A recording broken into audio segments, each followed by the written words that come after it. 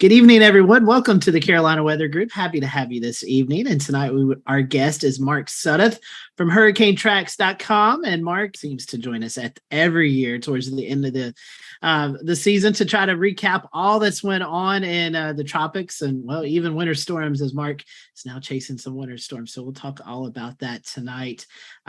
Before we do that, we'd love for you to make sure that you subscribe to our podcast. Your favorite podcast outlet, wherever that it may be, just hit that subscribe button, leave a rating or comments or anything like that. We're always looking at comments and looking for future guests. So make sure if you would do that for us, we'd greatly appreciate it. And you can also do that on our YouTube page. Just hit the subscribe button, the follow button there. And so anytime that we come on, it'll send an alert to your phone or your email.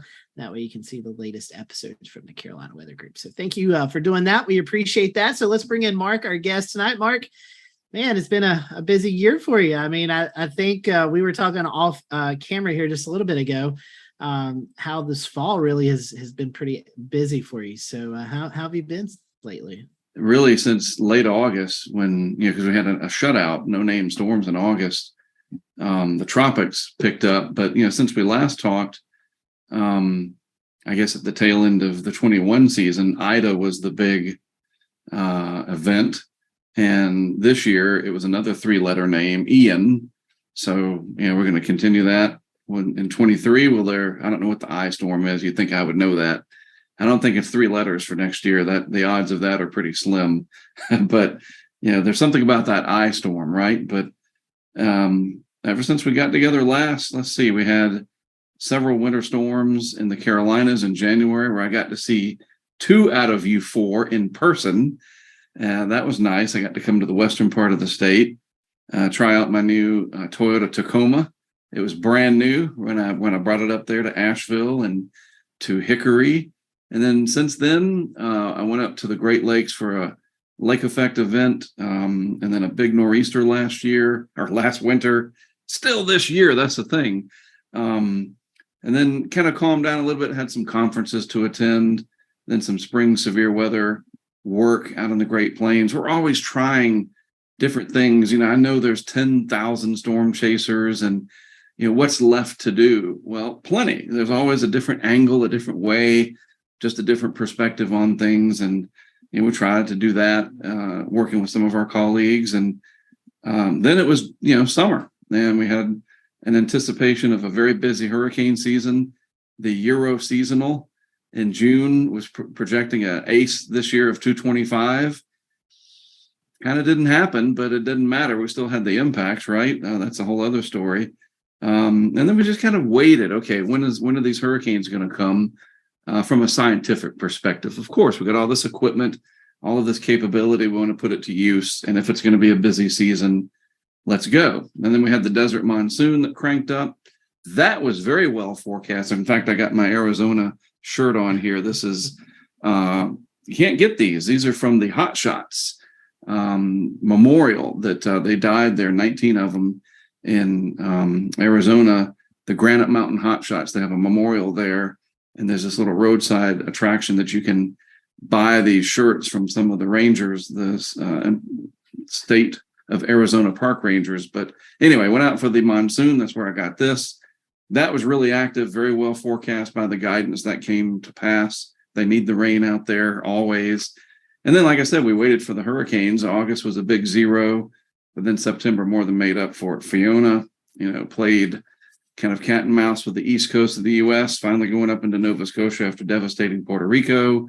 And then came Ian, and Ian could be its own epic 2-hour extravaganza, of course. And I just felt like Ian was straight to the Super Bowl. There's no regular season, there's no playoffs, just straight to the Super Bowl. We usually get an Elsa or a Cristobal or whatever from 2020 as an example. An Isaias, a Cat 1 somewhere to kind of warm up. No, let's just go right up to borderline Cat 5 in one of the most densely populated storm surge prone area of the country. Why not? Let that be the big one for the year. And this has been nonstop ever since. We had went down for Artemis, the launch of, and that's getting ready to come back now, the Orion part of the whole Artemis mission. That was spectacular, by the way. I mean, you must, all of you, listening, watching, the four of you, go down and see the next one in a couple of years. You will feel it in your body. And you say, well, I saw a space shuttle launch when they did it. This is nothing like that. This is so much bigger. That's like saying, I watched the Avengers on my iPhone. Well, did you see it in IMAX? That's the difference there. It really is. That was incredible. And then I came right back for Nicole. And they're still cleaning up, of course, from Ian and Nicole down in Florida.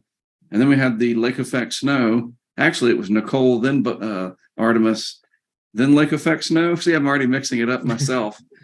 And here I am, kind of worn out, but I made it. So another year behind me, joining the CWG guys. You and I think you met up with Evan as well in January during the winter storm. And, I guess my question to you is, looking back at this year, it's been so crazy, and it's hard to remember that January was still this year when we had that snow. But like, what is that mindset for you? I mean, like, is this just do you look at the pattern like, all right, this is what I'm gonna focus on, or is it just like, hey, it looks like this is gonna happen, let's load up and go see what we can find?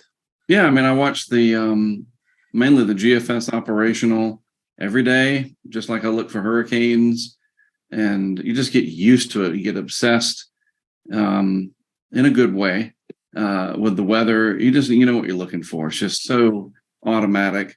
And then I read Twitter, and regardless of what Elon Musk has done with it, for me, it's still fine. I mean, honestly, Twitter has walls, and you just leave those walls up and you're fine. That's a whole other issue, but I look at Twitter, I see what people are saying. I follow certain people. And then you start digging in, and you start seeing these chances of something happening. And just like with hurricanes, it gets fine-tuned the closer you get.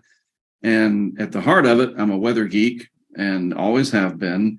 Got very excited as a kid when it looked like it was going to snow, and still excited all these years later at the ripe old age of 52. I love it. It's exciting. But it also has impacts. It can hamper travel. It can cause disruptions, power outages, flight delays. There's a lot more to it. So that part about impacts is very similar to hurricanes. And yet with snowstorms, it's kind of okay to get more excited about it. If you get excited about hurricanes, people threaten to come burn your house down, and they don't understand. I'm not excited that people's lives are going to be destroyed on anything. I'm excited to be able to witness that piece of meteorological phenomenon and actually study it even just a little bit with some of the instruments that we have. And snowstorms and severe weather on the Great Plains, or whatever the big ticket weather event may be, to me, it's all worthy of observation and talking about and engaging people. And it's just, I can't see myself doing anything else, and it's probably too late at this point anyway. Well, Mark, you are hurricane track, but you're also in all these snowstorms, as you mentioned. What's your research focus outside of hurricanes when you're in the snowstorms or even the severe weather out west? The biggest thing is the what do I call it? The SciComms or something like that. What's the word? That just really getting the word out. It's the sociological side to it and the geographic impact, with the opportunity to test equipment. So I could put stuff out in my yard and test it in Wilmington, and that's boring, So if there's a big snowstorm, maybe we're trying something different. And it just brings engagement. There are the opportunities to maybe see something interesting that I can post on Twitter, or maybe send in to my friends at the Weather Service. There might be some observations. It's just a continuation, of what we're doing in hurricane season, staying in tune. That's the way I look at it too, that we don't just shut the lights off on November 30th and, hey, see everybody on June 1st. That too would be awfully boring. And I did that for a long time. I just didn't have the funding to go out, to Cape Cod, or to go, in the summertime, go to the desert Southwest for the monsoon. Now through the crowdfunding, and most recently through this year, and for 2023, working with Fox Weather. Before that was the Weather Channel, offered me these opportunities to do more and just really, at the end of the day, it's just getting to live that dream of being a weather geek and doing something about it that's even just a little bit constructive. I mean, look, we're not setting groundbreaking atmospheric research that's going to turn the whole thing on its head, but it's just part of the puzzle piece. Everybody else is doing the same kind of thing, even people that just photograph it or just video it. You know, as long as they're behaving, and you know, there's a few people out there that we just do without, but the rest of the community does a really good job, and I think it's just all part of the big puzzle that we call weather. Let's talk about the big elephant in the room and Hurricane Ian. So let's I'm trying to remember. There's been so much that's went on. There was some discrepancies at first of where it may hit. Was Sure. it going to be the Panhandle or Tampa or yeah. Southwest Florida? So kind of give us a perspective of you're packing up from Wilmington, heading down, and just kind of give us the play-by-play, from there. I actually packed up in Wilmington and I headed to Philadelphia, and everybody's going to go, why would you do that? Well, that's because I thought I was driving to Nova Scotia, and then you would go, well, why would you do that? That was for Fiona. That plan was set into motion, and I was going to take a bunch of stuff. I mean, look, the forecast for Fiona, and in fact, the Ian story starts with Fiona. So let's just go there first. It looked like it was going to be a record-setting event for Nova Scotia. And here's how you know. When Josh Morgerman is going to go to Nova Scotia, you know it's a big deal, because he doesn't usually do the extratropical events, right? And this looked really, really big, so that it even got Josh to leave Mississippi to go up there, and other people were going too. And I thought, all right, I want to do it right. Not that they're doing it wrong. I just want to bring everything I've got, So I said, hey, let's drive. So I packed up my Tacoma and drove up to Dulles, picked up Matt, my colleague from Denver, and then Ian was coming into the picture, and it just started morphing and changing. And we went from, okay, instead of driving, maybe you fly from Philly tomorrow, whatever this next day would be, do your thing, fly back, and we start heading down to Florida. Is like, there's no way we're going to miss Ian. That would just be like a huge faux pas, right? And then it just came to pass that it we couldn't go to Nova Scotia at all. Like, Ian was too pressing. So we started the Ian mission in Philadelphia, already ready to go, but we needed more stuff. So we came back home, rented a bigger vehicle, moved everything over to that weekend, got down to Naples and Key West and all that. I think it was Monday into Tuesday, set up just a ton of equipment all over the place. And then went up to Orlando and purposely stayed out of the eye wall along the Southwest coast, because I didn't want to get stuck in a slow moving hurricane over Southwest Florida at night, because it came in slow, then it became nighttime. And we knew it was coming towards your area, Scotty, where you now are with your, in weather, it's the CWA. What do you call your demographic? It's the DMA. Yes, DMA. Thank you. So it came into your market, right? So Ian was headed up to the Carolinas. I didn't want to miss that. I get too ambitious sometimes. And I mean, look, I was going to drive to Nova Scotia. So it was very challenging, very long, again, very compressed. I felt like it was like straight to the Super Bowl. We didn't have any practice season, etc. And it was very successful on a lot of different levels, but I didn't have anything at Fort Myers Beach, and I regret that. However, I am extremely happy and proud that Max Olson did.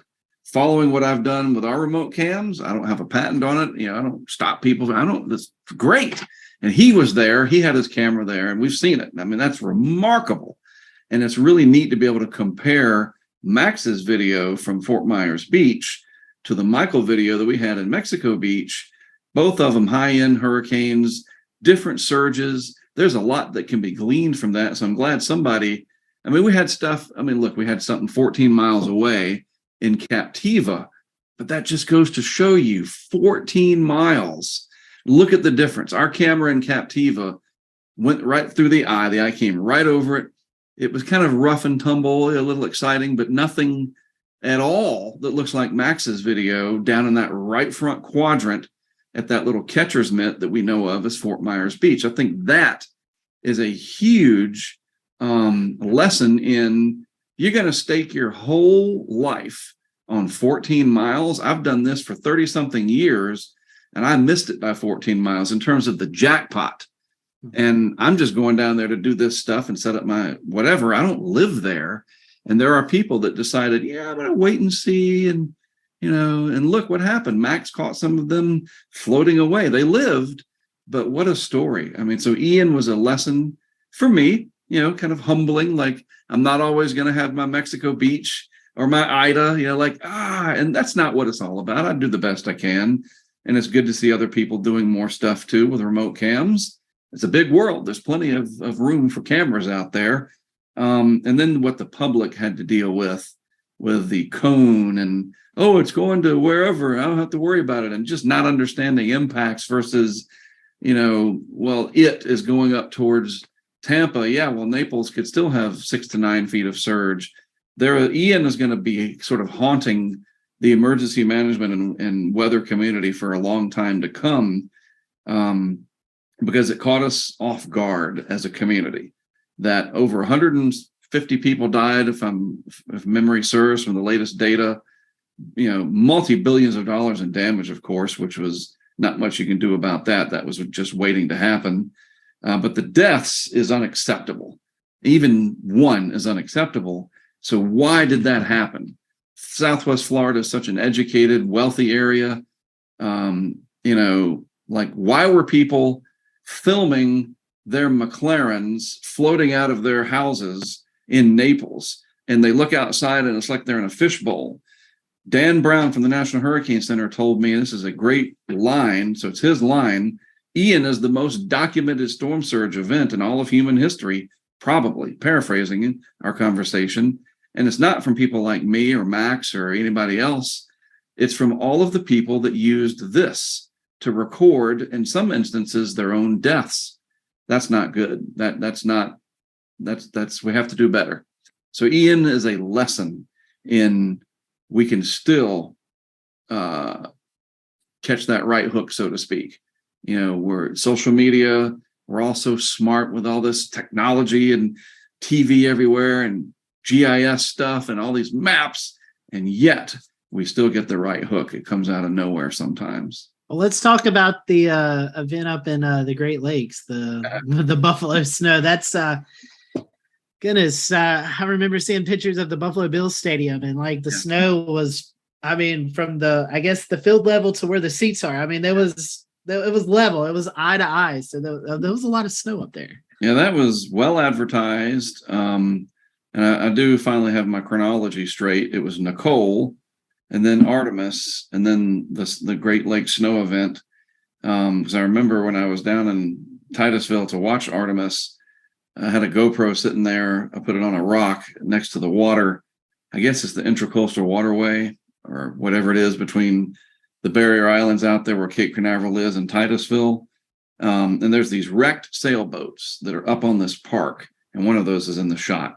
But anyway, in the back of my mind, I'm watching everything, seeing this buffalo up to, I don't want to leave out Watertown in the Tug Hill region too. The Great Lakes snow machine was going to crank up. And I literally drove home, slept 4 hours, packed up a few things, picked up my other colleague in Fuquay Varina, Marcel, a geographer from Brazil that's in the United States studying the weather. He went with me, thank goodness, because I was so tired. And we did that treacherous drive up to the Great Lakes region. We got to the southern part of Buffalo around midnight, and the thunder snow had just really started cranking up. And I know there's the famous clips of Cantori and the thunder snow that are out there. This wasn't quite that vivid because I wasn't right under it, but it was so neat to see just one after the other, and just to hear the thunder roll through that very dense snow. It's different because it gets dampened. I can't explain that. It's just like, and Evan, you of all people, with all the snow you've been in, you know how the snowpack makes it feel like you're in a recording studio? Yeah. It just deadens the sound. It does that to the thunder. It doesn't have that echoey, it's just so weird. It's almost like parts of the frequencies get clipped. And the lightning and then the thunder was really remarkable. And then the snow was just insane. We got up to our hotel, put a couple cameras up, did a lot of reporting for Fox Weather, and then went up to Watertown the next day. But here's the cool thing. This is so neat about it. These bands come off. You got one that's coming off of Erie into the Buffalo area. And then you got one that comes up into basically the Watertown area into Tug Hill Plateau. But in between, you have Rochester and Syracuse, and you go up I-81, and there's nothing. The gradient is just insane. Like, it's really amazing. And so you leave Buffalo, which is virtually shut down, and we go up I-81, went to Syracuse, and we had Cheesecake Factory for lunch. No problem. No snow anywhere. It's blue skies. And then you drive up I-81 towards Watertown, and you can see the band. It looks like a big loaf of bread in the sky, like stretched out. And you see it on radar. And, it's like the cross section of that bread. And you drive into it, and you go to zero visibility in just a matter of seconds. That is as disruptive as it is. And it is. It's awesome. It's just spectacular to see it. And then, you drive into Watertown, and that's an amazing area.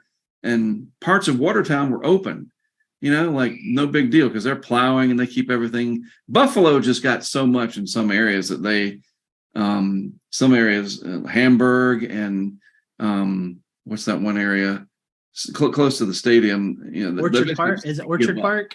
Yes. Yeah, they had to give up.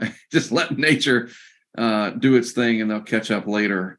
And it was just really neat. And I saw a picture today somebody posted on Twitter. It's like their dog laying in this one little patch of snow that was left in Hamburg. And they're like, this is all that's left of the 80-something inches of snow. There's just a little patch. Easy come, easy go. Well, Mark, we appreciate you joining us tonight. We'll continue to follow along, and hopefully this next year we'll give you a lot of opportunities, and I'm sure we'll catch back up with you next year, probably around the same time. Yeah, what stories will we have in a year? That's a good way to think about it. It is. It goes by fast. But it's good to be with scary we're going into the next year. So, it's crazy. So, well, Mark, we appreciate it. And thank you everyone for watching us here on the Carolina Weather Group. We'll see you here real soon.